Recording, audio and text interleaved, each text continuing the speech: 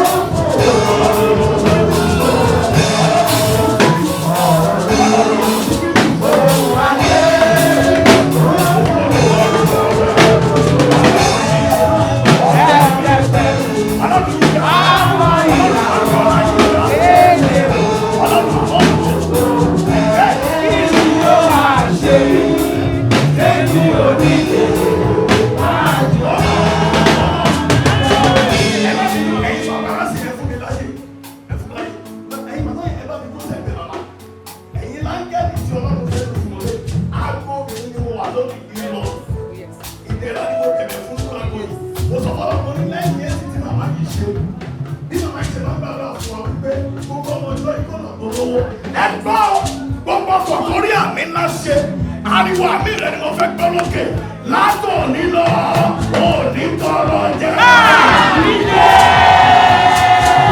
Ẹ̀jẹ̀ fún mi láyè, alẹ́kọ̀ọ́ tẹ́wọ́, ẹ̀yin màmá yẹn lọ́wọ́ mi gbàgbọ́ fún un.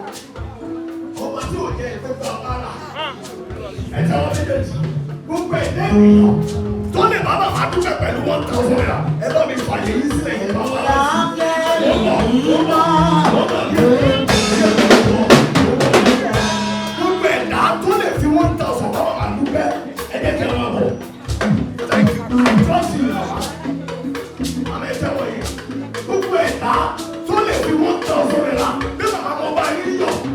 Ọba tí ò jẹ́ ìgbéga wọn àwọn yẹn máa ń bọ̀.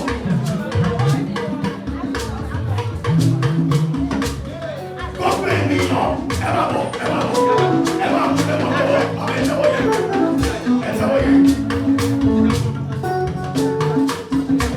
Ọ̀yà ọ̀yà gbogbo ènìyàn máa bá wọn dúró.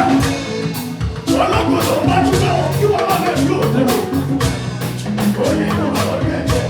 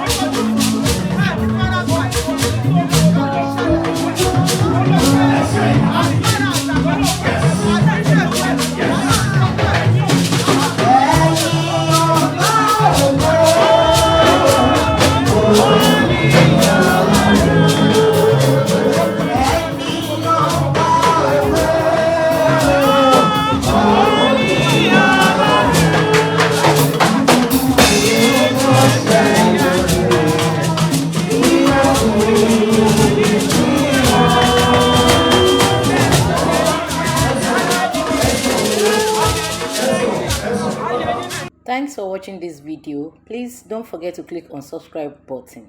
Kindly comment and share. We drop new videos daily. Thank you. God bless you.